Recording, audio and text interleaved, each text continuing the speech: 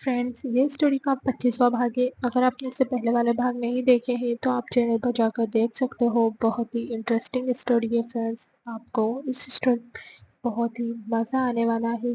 आगे ये स्टोरी और भी ज़्यादा इंटरेस्टिंग होने वाली है, इसलिए चैनल पर हमारे साथ बने रहना। आस्था और रौनक रश्मि के लिए झगड़ रही थी। तभी रश्मि ने कहा, बस करो तुम दोनों मुझे बोलने का एक मौका दोगी। उसकी बात सुनकर वो दोनों चुप होकर रश्मि की तरफ देखने लगी। तो रश्मि ने आस्था की तरफ देखते हुए कहा, इससे मिलो आस्था, ये है रौनक। फिर उसने रौनक की तरफ देखते हुए कहा, और रौनक, इनसे मिलो, ये है आस्था, और तुम दोनों ही मेरी छोटी बहन हो।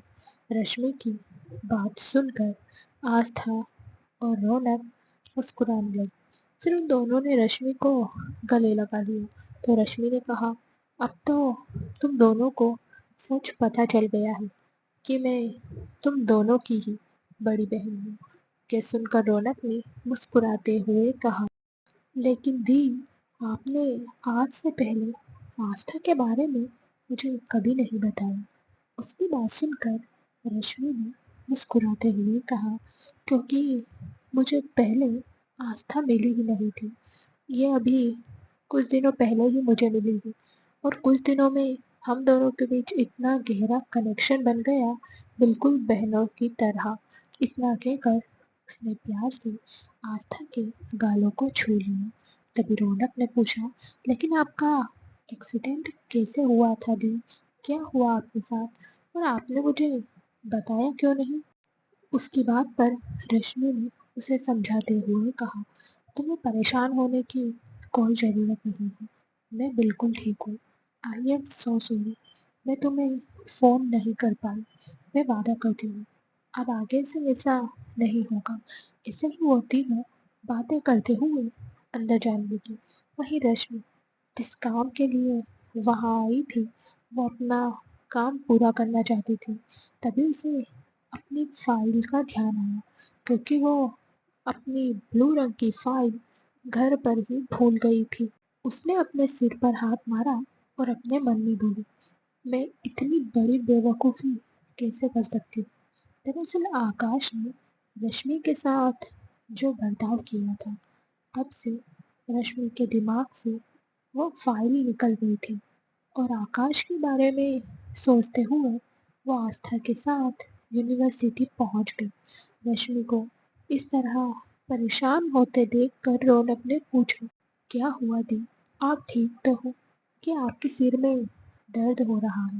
रश्मि ने कहा, वो मैं एक फाइल घर भूल आई हूँ, और मेरी दवाइयों का भी टाइम हो गया है। मेरी दवाइयाँ कार में रखी है, क्या तुम लेकर आ जाओगी? उसकी बात सुनकर रौनक ने मुस्कुराते हुए कहा, आप कैसी बातें कर रही हो दी? मैं अभी आपकी दवाइयाँ लेकर आती हूँ। इतना कहकर वो कार की चाबी रश्मि से लेकर बाहर चली गई। उसके जाने के बाद आस्था ने रश्मि से पूछा, आपने बताया नहीं दी कि आपकी छोटी बहन भी है? उसकी बात सुनकर रश्मि ने मुस्कुराते हुए कहा, रौनक मेरी सगी बहन नहीं है आस्था। ये सुनकर आस्था एकदम हैरान हो गई, और उसने कहा, ये आप क्या कह रही हो? सगी बहन नहीं है मतलब? मैं आपकी बात समझी नहीं। रश्मि ने कहा, दरअसल रौनक के पापा एक बेटा चाहते थे, लेकिन रौनक हो गई।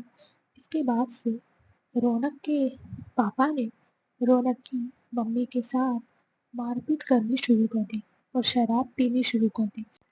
अगर आपने अभी तक चैनल को सब्सक्राइब नहीं किया है तो सब्सक्राइब कर लीजिए। स्टोरी अच्छी लगे तो लाइक और शेयर ज़रूर करना। क्या होगा जब आहान की मुलाकात रौनक से होगी? क्या रौनक फिर से चखाएंगी मज़ा आहान को? एक दिन रौनक के पापा नशे में घर आ रहे थे। उस वक्त उनका कार से एक्सीडेंट हो गया और उनकी जान चली गई। फिर रौनक की मॉम दर बदर हो गई थी। उनके घर वालों ने उन्हें घर से बाहर निकाल दिया, और फिर वो रौनक को लेकर हमारे अनाथ आश्रम में आ गई। तब से ही रौनक की मॉम ने अनाथ आश्रम में रहकर लोगों की सेवा करनी शुरू कर दी और वहीं पर रौनक पलने लगी। इसी बीच मुझे रौनक से खास लगाव हो गया। वहीं से मेरे और रौनक के रिश्ते की शुरुआत हुई। तब से ही रौनक को मैं अपनी छोटी बहन मानती हूँ। और किस्मत से रौनक की मॉम का साथ कुछ ही वर्षों का था। जब रौनक 12 साल की हुई तब उसकी मॉम की हार्ट अटैक से मौत हो गई। तब से लेकर आज तक रौनक मुझे अपनी बड़ी बहन मानती है और वो मुझे भी अपनी फैमिली मानती है। तुम जानती हो आस्था, जब से रौनक को ये पता चला था कि उसके पापा उसे नहीं बल्कि एक बेटा चाहते थे, तब से रौनक ने बिल्कुल लड़कों जैसी लाइफस्टाइल अपना ली थी।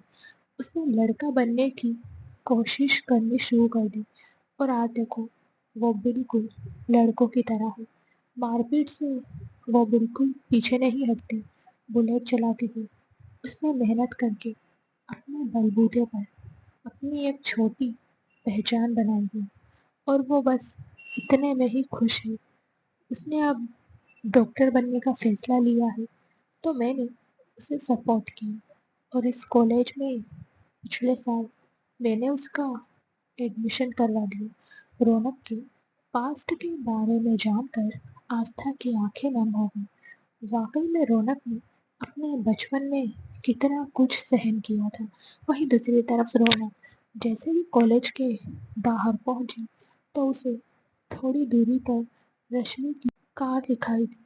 जैसे ही वो कार के पास पहुंची उसी वक्त ध्रुव और आहान वहां आ गए। वो रश्मि की फाइल लेकर कॉलेज के अंदर एंट्री करते इससे पहले ही उन्होंने एक लड़की को देखा। वो लड़की जींस शर्ट पहनी थी और ऊपर से उसने हुडी पहन रखी थी जिससे उसका चेहरा क्लियर दिखाई नहीं दे रहा था।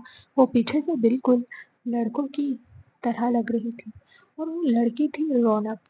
आहान की नज़र जैसे ही रौनक पर पड़ी उसने रौनक को अपनी कार में अंदर घुसते हुए देखा तो उसने ध्रुव को कोहनी मारते हुए कहा, ये तो हमारे घर की कार है।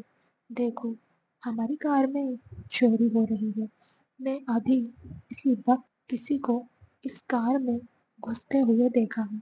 इसकी बात सुनकर ध्रुव एकदम हैरान हो गया। वो कुछ कहता उससे पहले ही आहान ने कहा, इस चोर को तो मैं मार मार के कचुम्बत बना दूंगा। उसकी बात पर ध्रुव ने कहा, ठीक है, आराम से जाना और देखना कहीं उसके हाथ में चाकू ना हो। उसकी बात सुनकर आहान ने हाँ में अपना सिर हिलाया और वो दोनों कार के पास चले गए। इससे पहले कि रौनक कार से बाहर निकलती उससे पहले ही आहान ने वो फाइल रौनक के सिर पर दे मारी। रौनक खुद को संभाल नहीं पाई और वो नीचे गिर गई।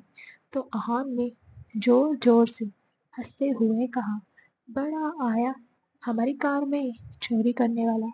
तेरी इतनी हिम्मत, शक्ल तो दिखा अपनी, अभी बताता हूँ तुझे। उसकी बात सुनकर रौनक ने गुस्से से अपने मन में कहा, किसकी मति मारी गई है जो सुबह सुबह रौनक से मार खाने आ गया। ये सोचते हुए रौनक ने अपनी मुट्ठियाँ कसकर बंद कर ली और एक झटके में उठकर खड़ी हो गई। उसकी हुडी अब तक उसके बालों से सरक गई थी जिससे उसके गहरे लंबे घने बाल आहान और ध्रुव की आंखों के सामने आ गए। एक लड़की को देखकर ध्रुव बिल्कुल हैरान हो गया। वहीं आहान के चेहरे का रंग उड़ गया क्योंकि इस वक्त वो लड़की उसकी आंखों के सामने थी जिसने उसकी पहले धुलाई की थी। वहीं आहान को अपने सामने देखकर रौनक का पारा चढ़ गया। उसने अपने मन में कहा, जरूर इस बदमाश ने मेरे कॉलेज का पता लगवा लिया होगा, इसलिए ये उस दिन का बदला लेने के लिए यहाँ तक आ गया। इसे तो आज मैं सबक सिखा कर रहूँगी। ये सोचकर उसने तुरंत आगे बढ़कर आहान की कॉलर पकड़ ली और उसके फेस पर 4-5 पंच जड़ दिए। वहीं ध्रुव को तो कुछ समझ नहीं आया कि वो करे तो करे क्या और अपने दोस्त को कैसे बचाए इस जांबाज लड़की से। अगर आपने अभी तक चैनल को सब्सक्राइब नहीं किया है तो सब्सक्राइब कर लीजिए। स्टोरी अच्छी लगे तो लाइक और शेयर ज़रूर करना। क्या आहान और रौनक की क्यूट सी नोक-झोंक इन दोनों को लाई की करीब। वहीं रौनक को खुद पर हावी होते देखकर आहान ने ध्रुव की तरफ देखते हुए गुस्से में कहा, नालायक, तू मुझे पिटवाने के लिए लेकर आया था। मेरी हेल्प कर गधे। उसकी बात सुनकर ध्रुव ने दांत दिखाते हुए कहा, यार ये तो लड़की है, मैं इसे कैसे मारूं? मैंने आज तक किसी लड़की पर हाथ नहीं उठाया। उसकी बात सुनकर रौनक ने ध्रुव की तरफ देखते हुए कहा, उससे क्या कह रहे हो कि तुमने लड़की पर हाथ नहीं उठाया, लेकिन आज एक लड़की तुम पर इतने हाथ उठाएगी कि तुम कंफ्यूज हो जाओगी सांस लेने में भी। अब तक रौनक का चेहरा पसीने से भर गया था। उसने आहान को इतने पंच मारे कि आहान जख्मी हो गया। तभी ध्रुव आगे आया और रौनक की तरफ देखते हुए बोला, लड़की, रुक जाओ, तुम्हारी हिम्मत कैसे हुई मेरे दोस्त पर हाथ उठाने की? उसकी बात सुनकर आहान ने अपने मन में कहा, अब आया जब मेरे चेहरे का नक्शा बिगड़ गया। तभी रौनक ने ध्रुव की तरफ देखते हुए कहा, हिम्मत की तो तुम बात करो ही मत। ये लड़का आज दूसरी बार मेरा पीछा करते हुए यहाँ तक आया है, इसे तो मैं आज छोड़ूंगी नहीं। ये बोलते हुए वो गुस्से से आहान को घूर रही थी। तभी ध्रुव ने पूछा, क्या ये वही लड़की है जिसने तुझे सड़क पर मारा था? उसकी बात पर आहान ने हाँ में अपना सिर हिलाया। अब ध्रुव एकदम हैरान हो गया। तभी आहान आगे आया। उसकी नाक बिल्कुल लाल हो गई थी क्योंकि रौनक ने उसके फेस पर तेज तेज पंच मारे थे। उसके चेहरे का नक्शा अब काफी हद तक बिगड़ चुका था। तभी ध्रुव ने रौनक की तरफ देखते हुए कहा, तुम्हारी हिम्मत कैसे हुई इस तरह से हाथ उठाने की? और अब तक तुम हमारी कार में चोरी कर रही थी, ऊपर से हम पर ही शेर बन रही हो। उसकी बात सुनकर रौनक उसे घूरने लगी और अगले ही पल चिल्लाते हुए बोली, मैं तुम्हारी कार में चोरी नहीं कर रही थी। तुम्हारा दिमाग खराब हो गया है क्या? मैं तो रश्मि दी के लिए दवाई ले रही थी। जैसे उसने रश्मि का नाम लिया, आहान और ध्रुव हैरानी से एक दूसरे को देखने लगे। तभी ध्रुव ने पूछा, क्या तुम रश्मि दी को जानती हो? रौनक ने कहा, हाँ, वो मेरी बड़ी बहन है। उसकी बात सुनकर आहान ने चिल्लाते हुए कहा, नहीं नहीं, ऐसा कैसे हो सकता है? रश्मि दी तो कितनी महान है, कितनी सरल है, कितनी सीधी सादी है। और ये लड़की तो एकदम पागल तूफान है। नहीं नहीं, इन दोनों का कोई मेल है ही नहीं। तुम रश्मि दी की बहन कभी नहीं हो सकती। उसकी बात सुनकर रौनक ने उसकी तरफ उंगली पॉइंट करते हुए कहा, मुझे तुमसे सर्टिफिकेट लेने की कोई ज़रूरत नहीं है कि मेरी बहन कौन है और कौन नहीं, समझे तुम? वही आस्था और रश्मि रौनक का इंतज़ार कर रही थी। रौनक को गए हुए अब तक काफ़ी देर हो गई थी। अब रश्मि की हालत थोड़ी खराब होने लगी थी, इसलिए वो दोनों एक साथ बाहर आने लगी। जैसे ही उन्होंने ध्रुव, आहान और रौनक को देखा तो वो दोनों हैरान हो गई। तभी आस्था ने सबके पास जाकर पूछा, आहान जी, ध्रुव जी, आप यहाँ? अगर आपने अभी तक चैनल को सब्सक्राइब नहीं किया है तो सब्सक्राइब कर लीजिए। स्टोरी अच्छी लगे तो लाइक और शेयर ज़रूर करना। क्या रश्मि कभी आकाश को माफ़ करके उसके साथ आगे बढ़ेगी या लेगी कोई दूसरा फैसला? फिर उसने रौनक की तरफ देखते हुए पूछा, रौनक, तुम रश्मि दी की दवाइयाँ लेकर क्यों नहीं आई? हम कब से तुम्हारा इंतज़ार कर रहे थे। उसकी बात सुनकर रौनक ने आहान और ध्रुव की शिकायत करते हुए कहा, तुम जानती हो इन लफंगों को? जैसे ही रौनक ने आस्था और रश्मि के सामने ध्रुव और आहान को लफंगे कहा, आस्था की तो हंसी छूट गई। उसने कहा, रौनक, तुम ये कैसी बात कर रही हो? ये लफंगे नहीं है, ये तो शरीफ इंसान है, और ये ध्रुव जी और आहान जी है। उसकी बात पर रौनक ने मुंह बनाते हुए कहा, ये तुम्हारे आहान जी और ध्रुव जी है, तो क्या ये लफंगे नहीं हो सकते? ये अभी मेरे साथ मिसबिहेव कर रहे थे। उसकी बात पर आहान ने बीच में कहा, अच्छा, एक तो चोरी, ऊपर से सीना चोरी, एक तो तुम हम पर हाथ उठा रही हो, हमें उल्टा सीधा बोल रही हो, और ऊपर से तुम हमें लफंगे भी बोल रही हो। फिर उसने आस्था से कहा, भाभी, आप इसकी बातों में मत आइए। ये लड़की बहुत चालू चीज है। इसने पहले भी मुझे मारा था। जैसे ही आहान के मुंह से पहले वाली बात निकली, तो आस्था की आंखें हैरानी से बड़ी हो गई। उसने आहान पर शक करते हुए कहा, क्या मतलब है आपका? पहले भी इसने आपको मारा था, लेकिन पहले तो आपको 8 से 10 लोगों ने मिलकर मारा था ना? आस्था की बात सुनकर रौनक जोर जोर से हंसने लगी और हंसते हुए बोली, क्या आस्था, सीरियसली इसने घर जाकर ये बताया कि इसे 8 से 10 लोगों ने मिलकर मारा है? एक बात ध्यान से सुनो, इसे द ग्रेट रौनक ने मारा था, इसे 10 लोगों ने नहीं मारा था। उसकी बात सुनकर आहान का मुंह बन गया, क्योंकि सबके सामने रौनक उसकी बेइज्जती कर रही थी। तभी रश्मि ने हंसते हुए कहा, अरे तुम बच्चों की तरह झगड़ना बंद करो। तभी रौनक ने पूछा, लेकिन आस्था, इसने तुम्हें भाभी क्यों कहा? क्या तुम शादीशुदा हो? उसकी बात सुनकर आस्था एकदम से सकपका गई और आहान को घूरने लगी। तो आहान ने बात संभालते हुए कहा, इस लड़की के कान बज रहे हैं। मैंने तो भाभी कहा ही नहीं, मैंने तो आस्था बोला है। ये देखो, ये लड़की कह रही है कि मैंने भाभी कहा है। दरअसल दादाजी के इंस्ट्रक्शन थे कि किसी के भी सामने आस्था को कोई भी भाभी नहीं बोलेगा, क्योंकि ये उसकी सेफ्टी के लिए बेहद ज़रूरी था। इसलिए आहान ने बात बदली और टॉपिक चेंज करने की कोशिश की। तभी रश्मि ने कहा, आहान, तुम इस तरह से मेरी छोटी बहन को परेशान मत करो, ये मेरी छोटी बहन है। उसकी बात सुनकर आहान ने रश्मि के कंधों पर हाथ रखते हुए कहा, नहीं दी, ऐसा कैसे हो सकता है? डोंट टेल मी कि आपकी छोटी बहन है ये तो एक नंबर की तूफान लड़की है। ये लड़की आपकी बहन कैसे हो सकती है? मुझे तो यकीन नहीं हो रहा है। कह दो ये झूठ है। उसे इस तरह की नौटंकी करते देखकर सब लोग हंसने लगे। वहीं रौनक घूर कर आहान को देखने लगी। वहीं आस्था भी आहान की बात पर मुस्कुरा रही थी।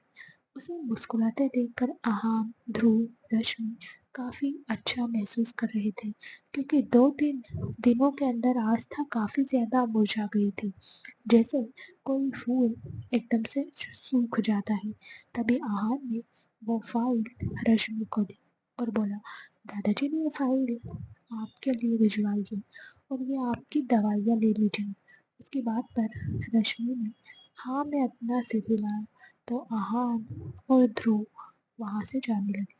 लेकिन जाते हुए आहान ने एक खतरनाक लुक रौनक को दिया और वहाँ से चला गया।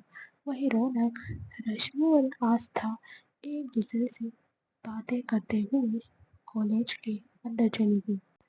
अगर आपने अभी तक चैनल को सब्सक्राइब नहीं किया है तो सब्सक्राइब कर लीजिए। स्टोरी अच्छी लगे तो लाइक और शेयर ज़रूर करना। क्या आस्था कभी अंश से दूर जा पाएगी, और क्या अंश कभी आस्था को समझ पाएगा? वहीं दूसरी तरफ अंश अपने केबिन में बैठा हुआ था, लेकिन आज उसे बेहद बेचैनी हो रही थी।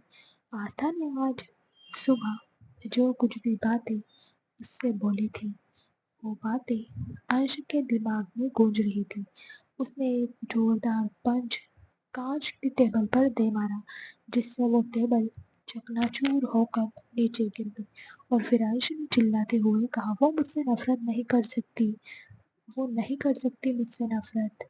मैं ये बात किसी भी कीमत पर बर्दाश्त नहीं कर सकता। उसे मुझसे नफरत नहीं करनी है, उसे तो मुझसे प्यार करना है। वो मुझे छोड़कर कभी नहीं जा सकती।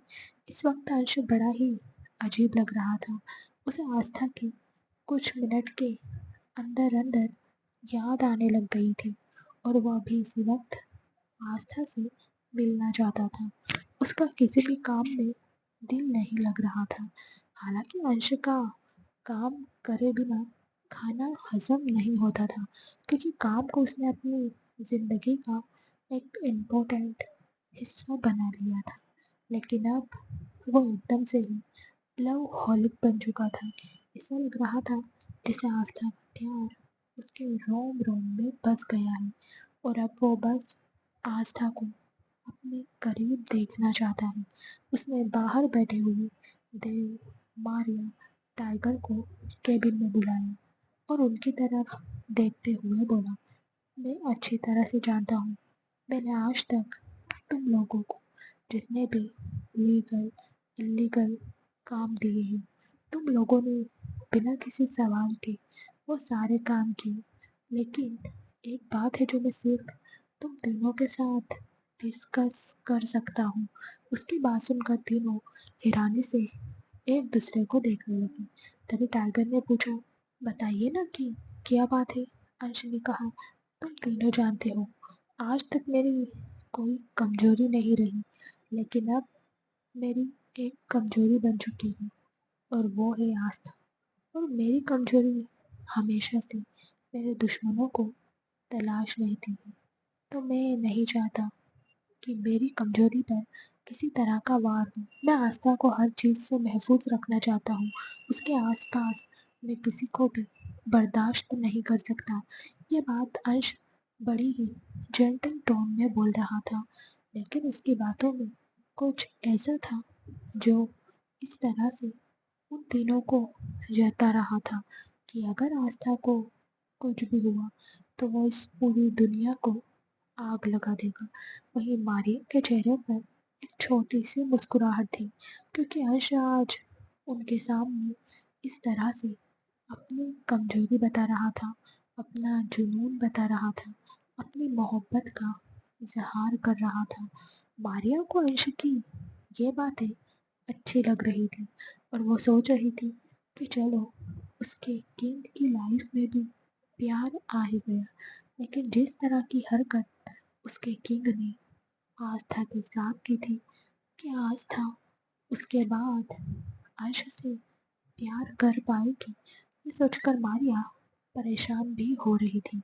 वहीं अंश की बातें सुनकर टाइगर थोड़ा अपसेट हो गया था, क्योंकि उसने कभी सोचा नहीं था कि उसके किंग को इस तरह से एक मामूली सी लड़की से प्यार हो जाएगा, और वो एक मामूली सी लड़की को अपनी कमजोरी बना लेगा। जबकि इसका किंग तो लड़कियों से 100 कदम की दूरी बनाकर रखता था। लेकिन अब अचानक से उसके किंग की लाइफ में एक ऐसी लड़की आ गई थी जो सीधा उसके दिल में बस गई थी, और अब वो चाहकर भी उसके दिल से उस लड़की को नहीं निकाल सकता था। तभी मारिया ने जल्दी से कहा, डोंट वरी किंग, हम सब क्वीन के साथ साई के साथ रहेंगे। उन पर कभी कोई आँच नहीं आएगी। आप बिल्कुल बेफ़िक्र हो जाइए। उसकी बात सुनकर अर्श मुस्कुराते हुए टाइगर से बोला, टाइगर, आई नीड आस्था, जाओ उसे लेकर आओ। उसकी बात सुनकर टाइगर हैरानी से मारिया की तरफ देखने लगा।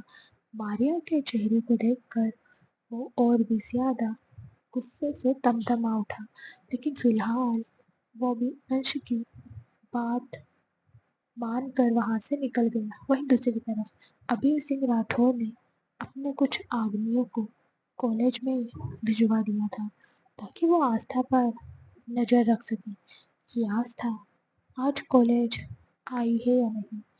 अगर आपने अभी तक चैनल को सब्सक्राइब नहीं किया है तो सब्सक्राइब कर लीजिए। स्टोरी अच्छी लगे तो लाइक और शेयर ज़रूर करना। क्या अंश कभी उस शख्स को आस्था के सामने ला पाएगा जिसे आस्था ढूंढ रही है? और आस्था को देखकर उसके आदमियों ने उसे फ़ोन पर बता दिया था कि आस्था आज कॉलेज आएगी, इसलिए अभी ने भी कॉलेज जाने का फैसला लिया था। उसने सोचा था कि वो एक बार जाकर आस्था से मिलेगा और बच्चों की कुछ इन्फॉर्मेशन लेने के बहाने उसके करीब जाएगा और साथ ही साथ उससे अपने प्यार का इजहार भी करेगा, इसलिए वो आज कॉलेज जाने वाला था। वहीं रश्मि ने प्रिंसिपल सर से मिलकर आस्था के केस की सारी बातें डिस्कस कर ली थी। उसकी सारी बातें सुनकर प्रिंसिपल ने आस्था के लिए ऑनलाइन क्लास का अरेंजमेंट करवा दिया था। इतना ही नहीं, रश्मि भी अब आस्था को पर्सनली पढ़ाने वाली थी ताकि आस्था जल्द से जल्द इस फील्ड में आगे बढ़ जाए और इसके लिए रश्मि ने प्रिंसिपल से परमिशन भी ले ली थी। रश्मि की इस कोशिश से आस्था बहुत खुश थी। उसने रश्मि को गले लगाया और इमोशनल होकर बोली, रश्मि दी, आपका बहुत बहुत शुक्रिया। आपने हमारी इतनी बड़ी प्रॉब्लम सॉल्व कर दी, वरना हमने तो सोचा था कि हमारा डॉक्टर बनने का सपना बस एक सपना ही रह जाएगा। उसकी बात सुनकर रौनक ने उदास होकर कहा, लेकिन आस्था, तुम कंटिन्यू भी तो अपनी पढ़ाई कर सकती हो। मुझे तो कुछ समझ नहीं आ रहा है कि तुम इस तरह से कॉलेज क्यों छोड़कर जा रही हो, जबकि हमारी दोस्ती की तो अभी शुरुआत हुई है। उसकी बात सुनकर आस्था ने उसके गालों पर हाथ रखते हुए कहा, कुछ मजबूरियां होती है रौनक, जिनके आगे हमें घुटने टेकने पड़ते हैं, और मेरी भी एक मजबूरी है। डोंट वरी, तुम्हारा जब भी मन हो तुम मुझसे मिलने कपूर मेंशन आ सकती हो। उसकी बात सुनकर रौनक ने हैरान होते हुए कहा, तुम किस कपूर मेंशन की बात कर रही हो? क्या तुम मिस्टर आलोक कपूर के मेंशन की बात कर रही हो, जो एकदम महलों की तरह है? उसकी बात सुनकर आस्था ने हाँ में अपना सिर हिलाया। अब रौनक की आंखें हैरत से फैल गई और उसने कहा, तुम इतने बड़े घर में रहती हो, तुम जानती हो उस घर को देखने का मेरा सपना है। और ये बात मैंने रश्मि दी को भी बताई थी, क्योंकि रश्मि दी वहाँ जाती रहती है, उन्हीं की वजह से हमारा आश्रम चलता है। फिर उसने खुश होते हुए कहा, मैं एक दिन मेंशन जरूर आऊंगी। इतना कहकर उसने आस्था को गले लगा लिया। उसने आस्था की पर्सनल लाइफ में घुसने की ज़्यादा कोशिश नहीं की, क्योंकि सबकी अपनी अपनी कुछ ना कुछ मजबूरियां होती हैं। अब रश्मि ने आस्था के कॉलेज का सारा सेटअप करवा दिया था और 2 से 3 दिन आस्था लाइव क्लास अटेंड करने के लिए कॉलेज आने वाली थी। उसके बाद उसकी ऑनलाइन क्लासेस शुरू होने वाली थी। तभी रश्मि ने कहा, तुम्हारी क्लासेस 2 से 3 घंटे में खत्म हो जाएंगी, तब तक मैं यहाँ नहीं रुक पाऊंगी, क्योंकि मेरी कंडीशन भी प्रॉपर ठीक नहीं हुई है, इसलिए मैं अभी के लिए घर चली जाती हूँ। वैसे भी तुम्हारे गार्ड से यही है, वो तुम्हें लेकर घर आ जाएंगे। उसकी बात सुनकर आस्था ने हाँ में अपना सिर हिलाया। उसके लिए तो रश्मि ने अभी जो कुछ भी किया था वही बहुत था। फिर रश्मि वहाँ से चली गई। उसके जाने के कुछ देर बाद आस्था अपनी क्लास अटेंड करने के लिए चली गई। वो इस बात से बिल्कुल बेखबर थी कि टाइगर और अबीर सिंह राठौर उससे मिलने के लिए आ रहे हैं। इनफैक्ट टाइगर उसे अंश के पास लेकर जाने के लिए आ रहा था। वहीं दूसरी तरफ राधिका ने सुमित के फ्लैट की चाबी ले ली थी और कार की चाबी भी उसने रख ली थी, क्योंकि उन्हें लेना उसकी मजबूरी थी। इतने सालों से वो कोमा में थी और उसके घर वाले तो उसे मरा हुआ समझ रहे थे, इसलिए उसका अपने घर जाने का तो कोई इरादा था ही नहीं। जैसे ही वो सुमित के दिए हुए एड्रेस पर पहुंची तो उसने देखा एक बड़े से अपार्टमेंट में उसका एक फ्लैट था जो 3 BHK का था और बड़ा ही खूबसूरत था। जैसे ही राधिका अपने फ्लैट पर पहुंची तो फ्लैट को देखकर वो एकदम हैरान हो गई, क्योंकि हॉस्पिटल के बेड पर पड़े हुए उसे काफ़ी साल हो गए थे और अब सब कुछ उसके लिए एकदम नया था। अगर आपने अभी तक चैनल को सब्सक्राइब नहीं किया है तो सब्सक्राइब कर लीजिए। स्टोरी अच्छी लगे तो लाइक और शेयर ज़रूर करना। क्या सुमित कभी अपने पास्ट से बाहर आ पाएगा? क्या वो राधिका को करेगा अपनी लाइफ में कभी शामिल? राधिका ने अब डिसीजन ले लिया था कि वो हर हाल में सुमित को मना कर रहेगी। अगर उसे ज़िंदगी में सुमित नहीं मिला तो वो अपनी ज़िंदगी को ही पूरी तरह से ख़त्म कर देगी, लेकिन वो सुमित के बिना नहीं रहेगी, चाहे इसके लिए उसे कुछ भी क्यों ना करना पड़े। वहीं दूसरी तरफ रौनक और आस्था में कुछ ज़्यादा ही गहरी दोस्ती शुरू हो गई थी। उन दोनों के मन में एक दूसरे के लिए काफ़ी ज़्यादा प्यार और रिस्पेक्ट थी। जब से रश्मि के बारे में उन्हें पता चला था कि उन दोनों का ही रश्मि से एक जैसा रिश्ता है, तो वो दोनों भी एक दूसरे को बहन मानने लगी थी। आस्था ने रौनक को बताया कि वो रौनक को छोड़कर जाना तो नहीं चाहती है, लेकिन उसकी कुछ मजबूरी है और वो उम्मीद करती है कि रौनक उसकी मजबूरी समझेगी। जाने से पहले उन दोनों ने एक दूसरे के नंबर एक्सचेंज कर लिए थे। भले ही रश्मि ने 3 दिनों का टाइम अंश से लिया था, लेकिन आस्था जानती थी कि उसके राक्षस पति उसे 3 मिनट के लिए भी अब अकेला नहीं छोड़ेगा। आस्था इतनी भी पागल नहीं थी कि वो अंश की आंखों में पनप रहे अपने लिए जुनून को समझ ना सके। इस वक्त आस्था क्लास में बैठी थी, क्योंकि आज उसकी लास्ट क्लास थी, इसलिए वो थोड़ा उदास भी थी, क्योंकि वो अब अपनी कॉलेज लाइफ एंजॉय नहीं कर पाएगी। तभी अचानक पियोन क्लास में आया और बोला, मिस आस्था शर्मा, आपको प्रिंसिपल सर ने अपने केबिन में बुलाया है। उसकी बात सुनकर आस्था ने सोचा कि रश्मि ने प्रिंसिपल से मिलकर जो उसकी ऑनलाइन क्लासेस की बात की है, शायद उस बारे में प्रिंसिपल को उससे कुछ बात करनी होगी। यह सोचकर वो प्रिंसिपल के केबिन में चली गई। जैसे ही वो वहां पहुंची तो उसने देखा एक जाना पहचाना चेहरा वहां बैठा हुआ था।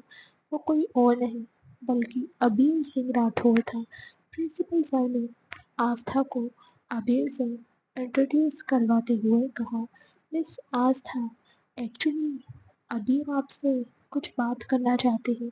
आप दोनों बात कीजिए, तब तक मैं कॉलेज का एक राउंड मार कर आता हूँ। इतना कहकर प्रिंसिपल सर वहाँ से चले गए। उनके जाने के बाद अबीर ने आस्था को बैठने के लिए कहा, तो आस्था ने कहा, अबीर सर आप यहाँ? अबीर ने नकली गुस्सा करते हुए कहा, मैंने आपको मना किया था कि आप मुझे सर नहीं बुलाएंगे। ये सुनकर आस्था ने कहा, जी सर, मुझे याद है। आई एम सो सॉरी, मैंने आपको फिर से सर कह दिया। जी अबीर जी, बताइए आप उससे क्या बात करना चाहते हो? उसकी बात सुनकर अबीर ने अचानक से उसका हाथ पकड़ लिया और उसकी आंखों में देखते हुए बोला, देखिए मिस आस्था, मुझे घुमा फिरा कर बात करने की आदत नहीं है और एक्चुअली मैं 3 दिनों के लिए आउट ऑफ टाउन जा रहा हूँ। मेरा कुछ इम्पोर्टेंट काम है, तो उससे पहले मैं आपसे अपने दिल की बात कहना चाहता हूँ। मुझे आप पहली नज़र में ही पसंद आ गई थी और मैं आपसे प्यार करने लगा हूँ और अब मैं आपसे शादी करना चाहता हूँ। अगर आपने अभी तक चैनल को सब्सक्राइब नहीं किया है तो सब्सक्राइब कर लीजिए। स्टोरी अच्छी लगे तो लाइक और शेयर ज़रूर करना। क्या होगा जब अंश को अबीर और आस्था के बारे में पता चलेगा? क्या वो माफ़ करेगा आस्था को, जैसे कि अबीर ने सीधे सीधे आस्था से अपने प्यार का इजहार किया। आस्था के गाल एकदम लाल हो गई और अबीर की जगह उसे अंश नजर आने लगा। वो फिर से अंश को इमेजिन करने लगी जो अपनी आग उगलती आंखों से उसे देखते हुए कह रहा था, तुम्हारी हिम्मत कैसे हुई किसी लड़के के करीब जाने की?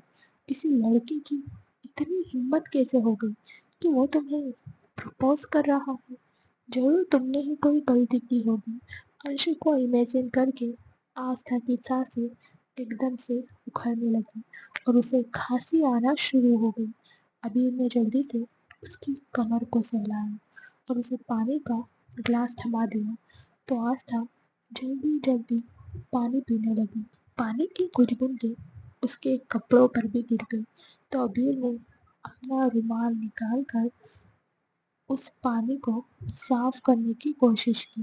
तभी आस्था ने उसका हाथ झटक दिया और एक झटके में चेयर से उठकर खड़ी हो गई और बोली, आपको कोई गलतफहमी हुई है मिस्टर अबीर सिंह राठौर। हमारी शादी आपसे नहीं हो सकती और हमसे प्यार करने का किसी को कोई हक नहीं है। इतना कहकर वो भागते हुए कॉलेज के बाहर जाने लगी। वहीं अबीर का तो दिल ही टूट गया था। उसके कानों में अब भी आस्था की कही हुई बातें गूंज रही थी।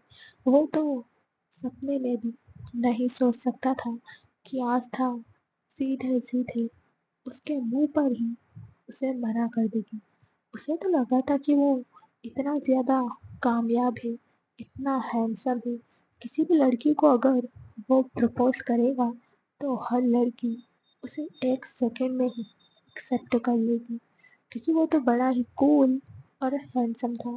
लेकिन आस्था ने तो उसे सीधे सीधे एक ही सेकंड में रिजेक्ट कर दिया था। वो भी आस्था के पीछे गया लेकिन आस्था बिना किसी की परवाह किए सीधे कॉलेज के बाहर निकल गई। वो जैसे ही कॉलेज के बाहर निकली तो अचानक वो किसी की कार से टकराते हुए बच गई। वो कार किसी और की नहीं बल्कि टाइगर की थी। टाइगर ने जैसे ही आस्था को कॉलेज से बाहर इस तरह से भागते हुए देखा तो अचानक से उसकी गाड़ी से टकराने को थी। टाइगर की आंखें सर्द हो गई। वो जल्दी से कार से बाहर आया और फिक्रमंद होकर बोला, क्या बात है क्वीन, आप इतनी डरी हुई क्यों हो? कि आपसे किसी ने कुछ कहा है? बताइए प्लीज। उसकी बात सुनकर आस्था ने पीछे पलटकर कॉलेज के अंदर देखा जहाँ से अबीर सिंह राठौर उसी की तरफ आ रहा था। टाइगर की पीठ इस वक्त अबीर की तरफ थी और आस्था का फेस अबीर की तरफ था। टाइगर ने अबीर को वहां आते हुए नहीं देखा था। आस्था ने जब अबीर को आते हुए देखा तो उसने टाइगर से कहा, भाई हमारी तबीयत ठीक नहीं है, हमें कुछ भी अच्छा नहीं लग रहा, प्लीज़ आप हमें घर लेकर चलिए। उसकी बात सुनकर टाइगर ने उसके लिए बैक सीट का डोर ओपन किया तो आस्था जल्दी से जाकर सीट पर बैठ गई और उसने अपनी आंखें बंद कर ली। उसे ऐसा लग रहा था जैसे उसके पीछे जंगली कुत्ते पड़ गए हों। उसे इस वक्त बहुत ज़्यादा डर लग रहा था। अगर उसे सबसे ज़्यादा डर किसी का था तो वो था अंश का, क्योंकि वो भी अंश को पूरी तरह से समझ नहीं पाई थी। ऐसी बात नहीं थी कि आस्था अंश से प्यार नहीं करती थी। वो तो अंश से बहुत प्यार करने लगी थी। लेकिन जब अंश ने उसके साथ जबरदस्ती करने की कोशिश की थी तब से ही उसका प्यार गुस्से में बदल गया था। लेकिन आस्था ये भी जानती थी कि अंश उसका हस्बैंड है, इसलिए वो सारी चीज़ें समझती थी। वहीं अबीर जैसे ही कॉलेज के बाहर आया उसने आसपास देखा लेकिन उसे आस्था कहीं दिखाई नहीं दी। उसके गार्ड्स भी इस वक्त वहीं थे। अगर आपने अभी तक चैनल को सब्सक्राइब नहीं किया है तो सब्सक्राइब कर लीजिए। स्टोरी अच्छी लगे तो लाइक और शेयर ज़रूर करना। आखिर भी आइटन से अंश की ऐसी कौन सी दुश्मनी है कि वो अंश के लिए इतनी पर्सनल है। और वो आपस में बातें कर रहे थे, इसलिए उन्होंने आस्था पर ध्यान नहीं दिया था। अभी जैसे ही वहां आया, उसके गार्ड्स ने तुरंत आकर उसे चारों तरफ से घेर लिया। और एक गार्ड ने पूछा, क्या बात है बॉस, आप किसी को ढूंढ रहे हो? उसकी बात का अबीर ने कोई जवाब नहीं दिया।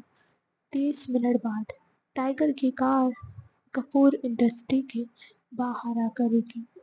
कार के रुकते ही आस्था ने अपनी आंखें खोली और एक गहरी सांस लेकर कार से बाहर आ गई। बाहर आकर वो एकदम हैरान हो गई, क्योंकि उसके सामने एक बड़ी ही खूबसूरत बिल्डिंग थी। उस बिल्डिंग को देखकर आस्था की आंखें हैरानी से फैल गई और उसने टाइगर की तरफ देखते हुए पूछा, भाई, हम यहाँ क्या करने आए हैं? आप क्या हमें यहाँ घुमाने लेकर आए हो? आप हमें घर छोड़ दीजिए प्लीज। उसकी बात पर टाइगर ने कहा, क्वीन, किंग का ऑर्डर है और ये किंग का ऑफिस है और किंग आपको यहीं मिलेंगे। आस्था तो इस वक्त अर्श को बिल्कुल भी फेस करना नहीं चाहती थी, लेकिन अब टाइगर की बात सुनकर उसकी सांसें और उसकी धड़कनें जोरों से चलने लगी। उसने घबराते हुए कहा, नहीं नहीं, आप प्लीज हमें घर छोड़ दीजिए। हमें उनके पास नहीं जाना और ऑफिस में तो हमें बिल्कुल भी नहीं जाना। हमें बहुत डर लग रहा है। प्लीज आप हमें घर छोड़ दीजिए। उसकी बात सुनकर टाइगर उससे इरिटेट हो रहा था, लेकिन जब आस्था ने टाइगर को भाई कहा, तब टाइगर को पता नहीं क्यों, लेकिन बहुत अच्छा लग रहा था। अभी तक तो वो आस्था से जेलस फील कर रहा था कि आस्था की वजह से उसका किंग बदल रहा है, लेकिन आज आस्था के साथ उसका एक अजीब सा कनेक्शन बन गया था।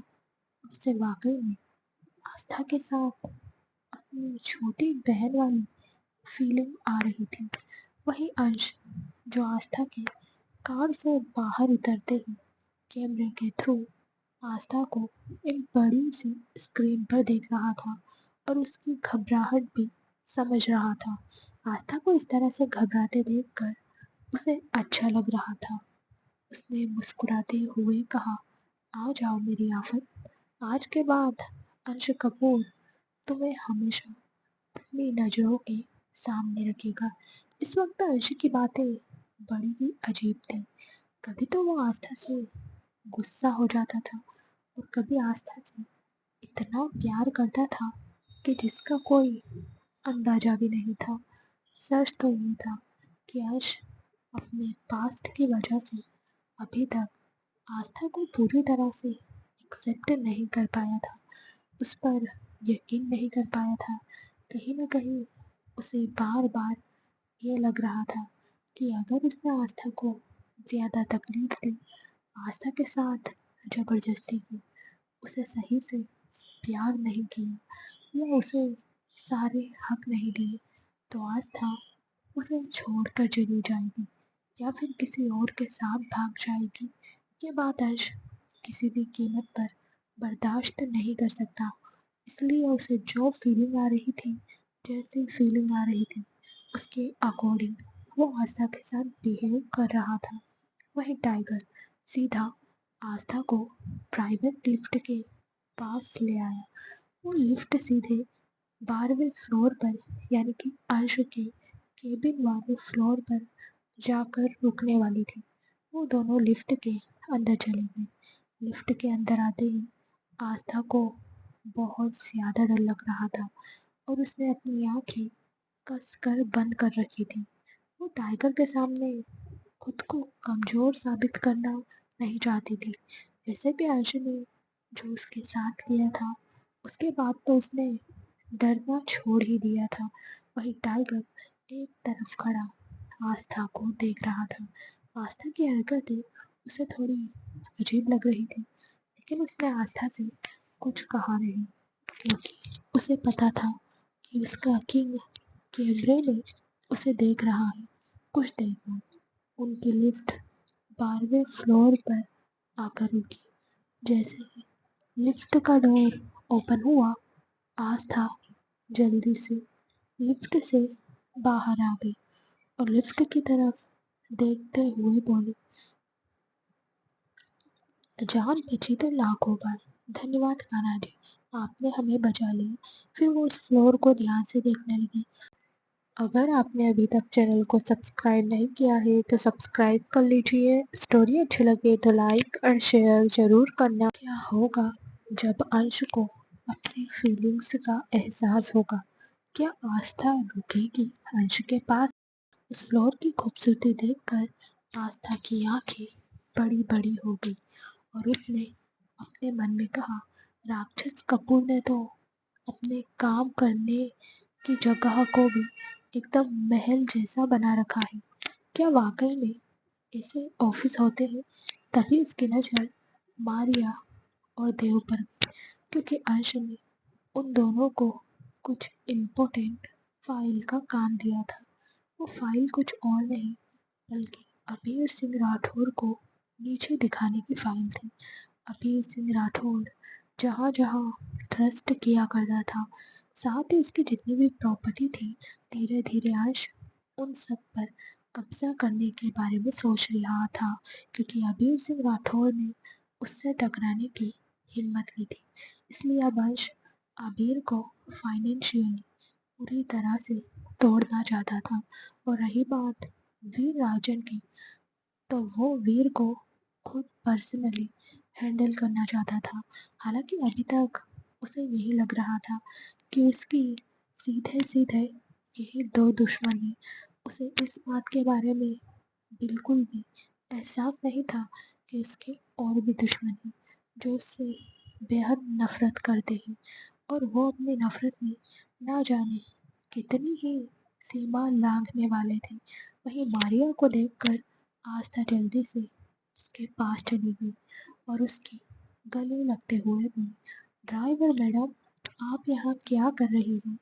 आस्था ने मारिया को ड्राइवर मैडम कहना सुनकर देव और टाइगर एक दूसरे को देखने लगे और अगले ही पल जोर जोर से हंसने लगे।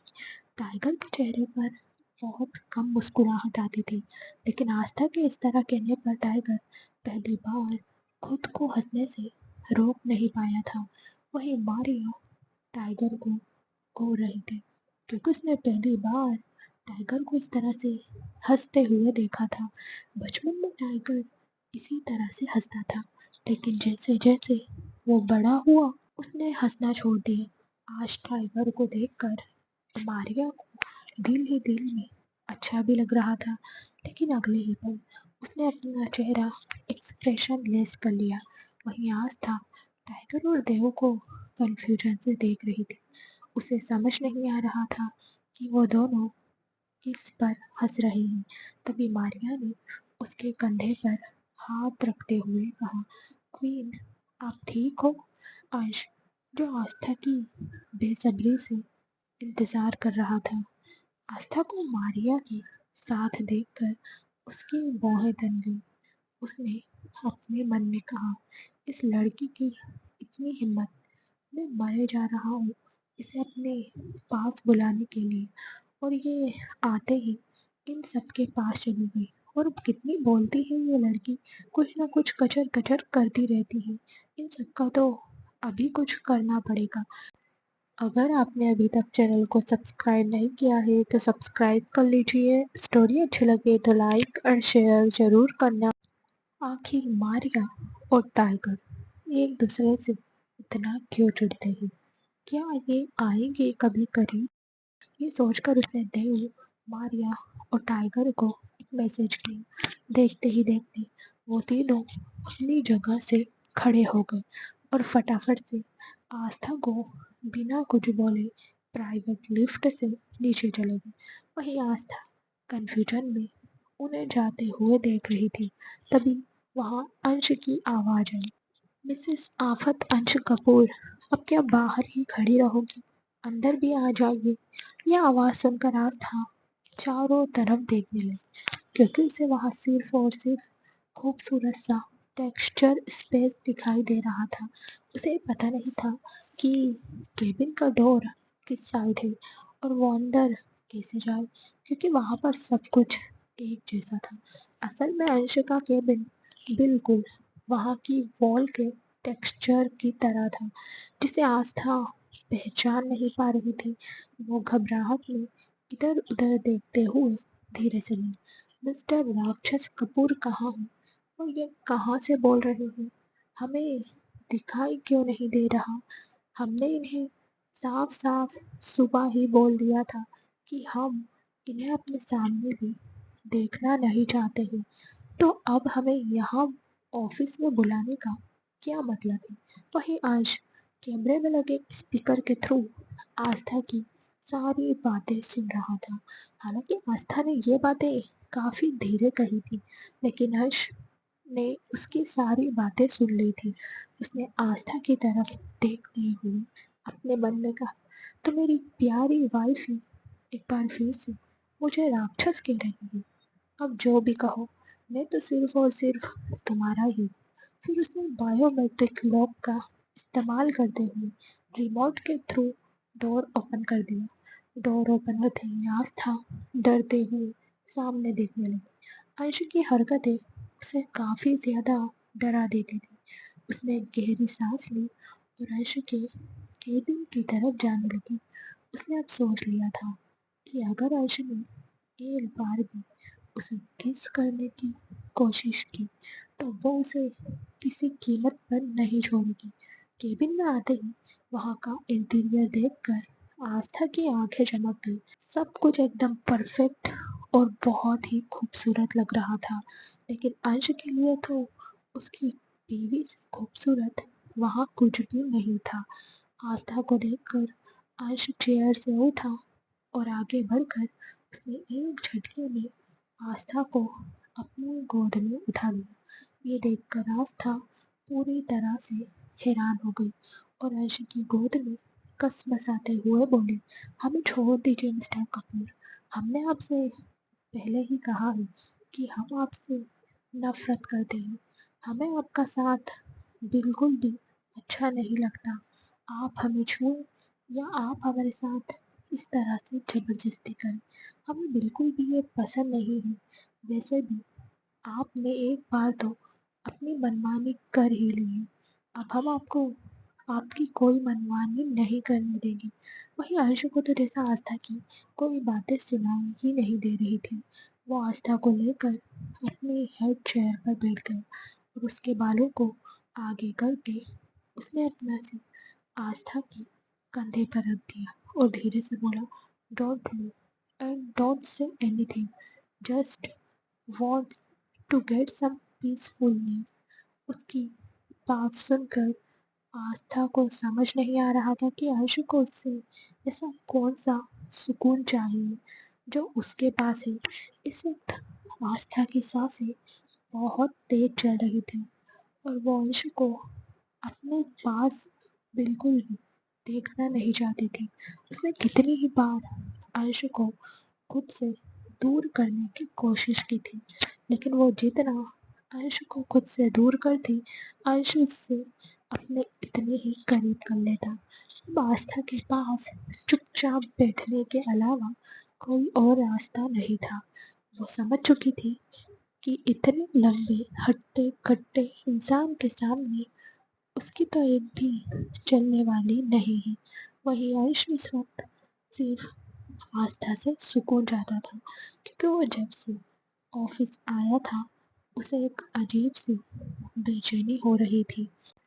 अगर आपने अभी तक चैनल को सब्सक्राइब नहीं किया है तो सब्सक्राइब कर लीजिए। स्टोरी अच्छी लगे तो लाइक और शेयर जरूर करना। क्या आस्था कभी अंश को समझ पाएगी या वो चली जाएगी अंश को छोड़कर? आस्था को अपने करीब पाकर उसे एक अजीब सा सुकून मिल रहा था। वहीं आस्था का दिल धक धक कर रहा था।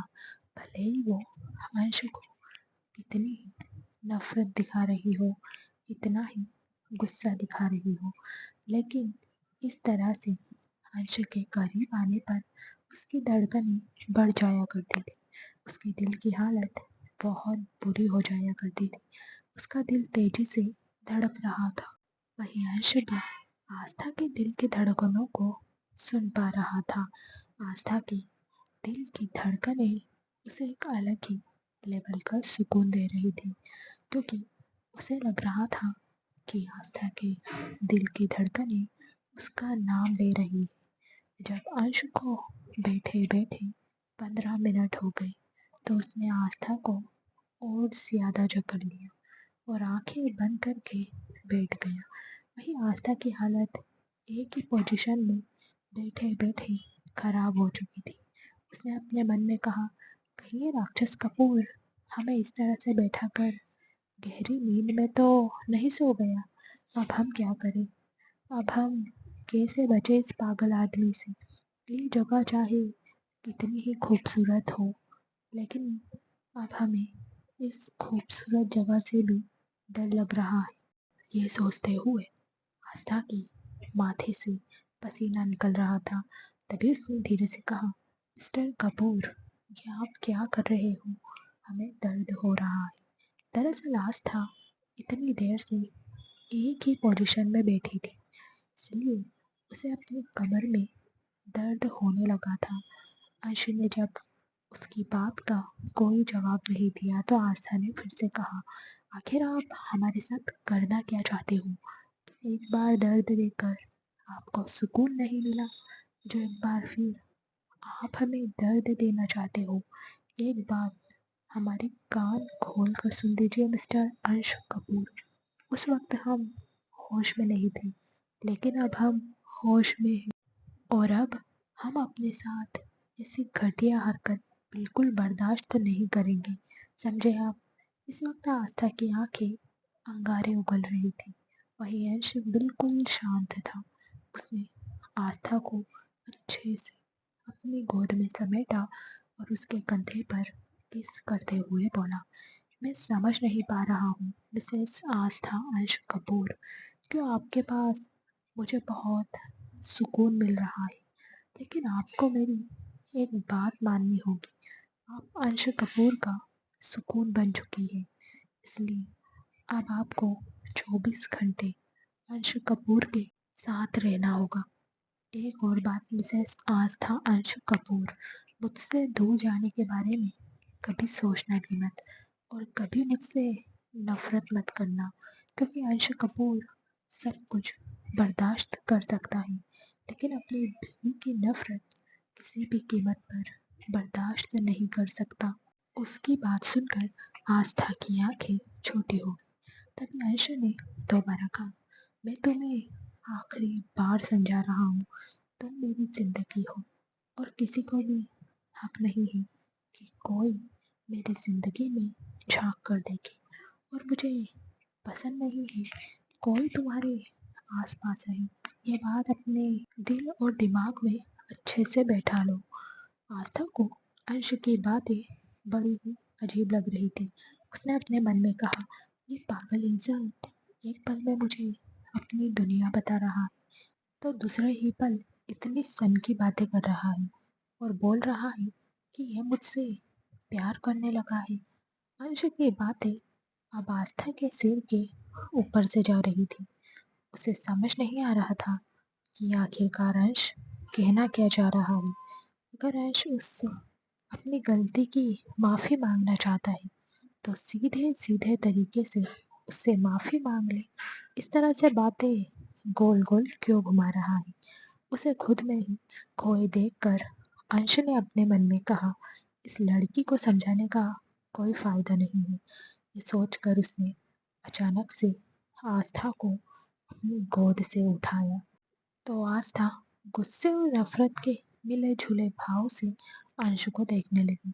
तभी अंश ने उसे अपनी गोद में उठा लिया और उसे सोफे पर बैठाया और खुद उसका हाथ पकड़कर उसके पास बैठ गए। अगर आपने अभी तक चैनल को सब्सक्राइब नहीं किया है तो सब्सक्राइब कर लीजिए। स्टोरी अच्छी लगे तो लाइक और शेयर ज़रूर करना। क्या वीर रायचंद आस्था को बनाएगा अपना निशाना? क्या अंश आस्था को बचा पाएगा? और उसके हाथों को चूमते हुए बोला, प्लीज एक बार मुझे माफ कर दो। मैं वादा करता हूँ कभी तुम्हें कोई तकलीफ नहीं दूंगा, हमेशा तुम्हें खुश रखूंगा। ये कहते हुए अंश एक हाथ से आस्था के गाल को सहला रहा था। वहीं अंश का इस तरह से छूना आस्था को बिल्कुल पसंद नहीं आया। उसे अब अंश से घिन आ रही थी। वो गुस्से से सोफे से खड़ी हो गई और उसने अंश की हाथ झटक दिए और उसकी कॉलर पकड़ते हुए बोली, आखिरकार समझते क्या हो आप खुद को? अब आप इस तरह से मेरे साथ अच्छा बनने का नाटक करोगे तो क्या मैं सब कुछ भूल कर एक बार फिर से आपके साथ सो जाऊंगी? आपको क्या लगता है इस तरह की बातें करके आप मेरे जिस्म को पा लोगे? मेरे साथ फिर से वही हरकत करना चाहते हो जो आपने उस वक्त की थी?